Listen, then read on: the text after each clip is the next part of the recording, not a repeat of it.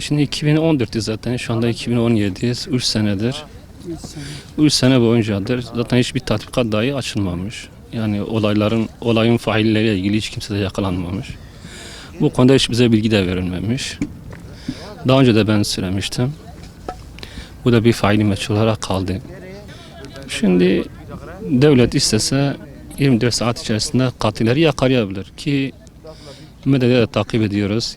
Yani kendilerine yakın ve önemli gördükleri kişilerinle ilgili bir durum oluştuğu vakit 24 saat geçmeden katiller ve şahıslar yakalanıyor. İşte daha önce de söylemiştik, FETÖ mağdurları her neyse hiçbir zaman görülmüyor. Hükümet bu konuda yeterli bir şekilde adım atmıyor.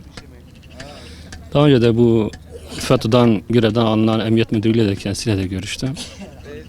Biz en kısa zamanda bulacağız dediler. İşte en kısa zaman 3 sene de geçti. Hala da bir fail herhangi bir şey bulunmadı. Ki bundan sonra da bulunacağını da ümit etmiyorum. Çünkü hükümet üzerinde durmuyor. Durmuş olsaydı en kısa bir şekilde kendilerinin de şehit kabul ettiği bir şahsın, bir vatandaşın elbette şu anda failini yakalardılar. Yani failleri şu anda ortadadır. Ama işte gel gör ki adalet deyip yani illa yani kim vurmuşsa onu yakalamaya çalışıyorlar. Tabii vuran eller çok olduğu için bulmak da biraz zordur. Yani annem yani 2000'den beriydi zaten. Önce FETÖ'nün mağduru olarak yani bize cezaevine girdik abimle beraber.